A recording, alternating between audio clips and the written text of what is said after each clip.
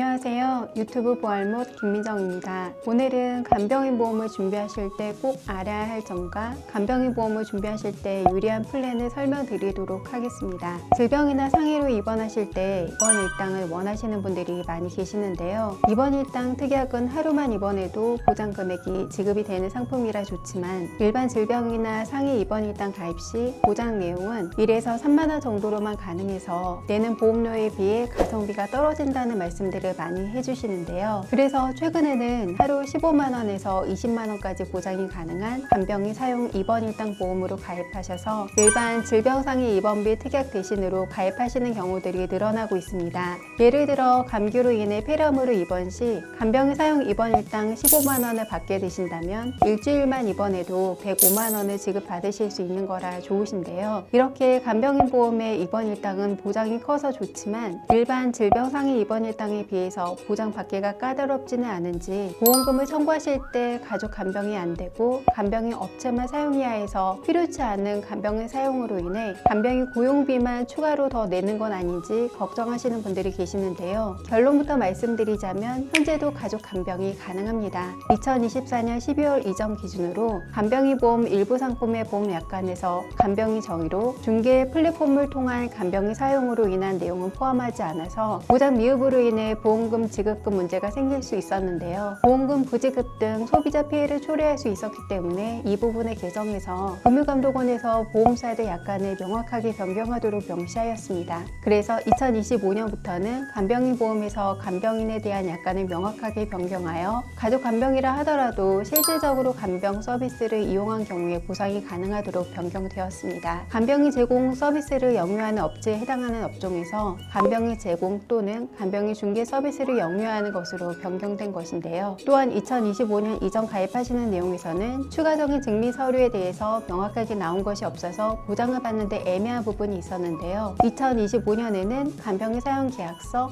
간병인 사용 확인서, 간병 기록을 확인할 수 있는 간병 근무일지, 간혹일지 등 추가적인 증명 서류가 명확해진 덕분에 보장받는 부분도 깔끔하게 정리가 되었습니다. 이렇게 가족 간병은 여전히 가능하니까 보장을 받는 부분에 안심하셔도 되십니다. 간병인 보험을 선택하실 때 기억하셔야 되는 부분을 말씀드리겠습니다. 첫 번째로 간병인 인건비를 커버하실 수 있는 상품으로 준비하시는 걸 추천드립니다. 간병인 보험에서 현재 내가 가입한 간병인 사용 일당 보장 금액이 약 15만 원을 지급받으실 수 있다 하더라도요. 향후 10년 또는 20년 후에는 간병 사용 입원 일당 금액으로는 턱없이 부족하실 수가 있습니다. 결국엔 보험을 가입하시고도 앞으로 추가로 병원 입원비를 부담해야 될 비용이 커질 수도 있다는 말씀인데요. 그래서 이걸 보완하기 위해서 여러 회사들이 향후 보장 금액이 늘어나도록 체증형 상품을 출시하고 있습니다. 어떤 회사는 5년마다 10% 체증되는 상품을, 어떤 회사는 20년 납입 기간 이후에 200% 체증되는 상품을, 계약일로부터 5년 미만에는 100%, 5년 이상 10년 미만에는 120%, 10년 이상 15년 미만에는 150%, 20년 이상인 경우 가입 금액이 200%로 보장 금액이 높아지는 상품들이 나오고 있습니다. 그래서 연령대가 젊으신 분들은 간병인 입원 일당으로 준비하실 때 향후 물가 상승 가능성을 염두에 두시고 일반형 플랜보다는 체증형으로 선택하시는 게 세월이 지나면서 간병인 인건비 상승에 대한 리스크를 안전하게 줄이실 수 있습니다. 두 번째로 요양병원 보장이 높은 상품으로 준비하시는 것을 추천드립니다. 간병인 사용 입원 일당 보장은 일반 병원과 요양병원으로 크게 나뉘는데요. 보통 일반 병원에서는 15만 원에서 20만 원까지 보장을 받으실 수 있지만 요양병원은 대부분 2만 원에서 6만 원까지 보장을 받으실 수 있는 상품으로 보장 한도가 다양하고 체증형이 불가능한 상품들이 있습니다. 어르신들은 일반 병원보다 요양병원에서 더 오랜 기간을 입원해야 되는 경우가 많으실 수 있기 때문에 간병인 사용료가 더 큰 부담이 되실 수가 있는데요.